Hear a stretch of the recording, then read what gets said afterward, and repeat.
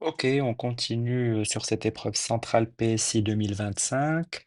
On en était à la question 21.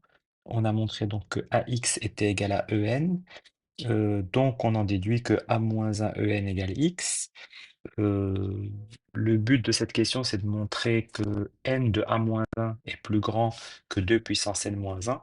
Et donc, comme n de A-1, c'est le sup des A-1x, on va trouver un exemple de vecteur tel que la norme de A-1 fois ce vecteur soit plus grand que 2 puissance n-1. Et on va prendre le vecteur En puisqu'on nous dit déduire de ce qui précède.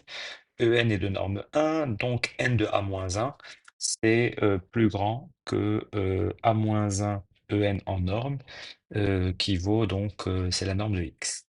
Alors en plus, comme les EI forment une base orthonormée pour la norme euclidienne canonique, bah, on peut calculer la norme au carré du vecteur x, c'est la somme des carrés des coefficients.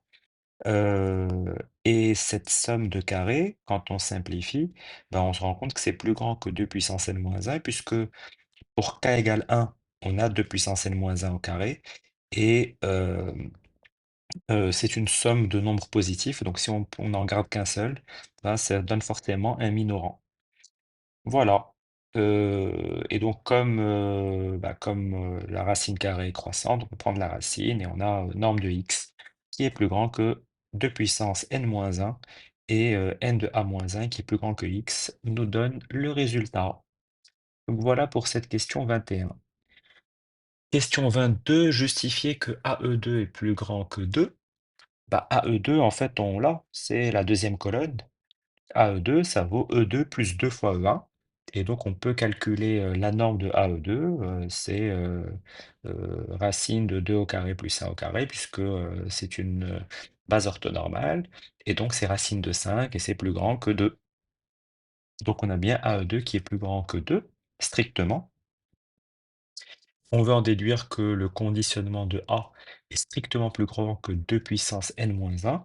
Ben, on va utiliser le résultat précédent. On a E2 qui est de norme 1. Et donc, comme AE2 est strictement plus grand que 2, ben, n de A va être strictement plus grand que 2. Et puis, d'après la question 21, n de A-1 est supérieur ou égal à 2 puissance n-1. Et donc, on peut cumuler les deux résultats, multiplier, puisque ce sont des nombres strictement positifs, et maintenir les inégalités strictes. Donc, on a n de a fois n de a moins 1, c'est 2 fois 2 puissance n moins 1, c'est-à-dire 2 puissance n. C'est strictement plus grand que 2 puissance n, d'où le résultat, le conditionnement de a est strictement plus grand que 2 puissance n. Voilà pour cette partie B. On s'arrête là et on reprendra la partie C dans une prochaine vidéo.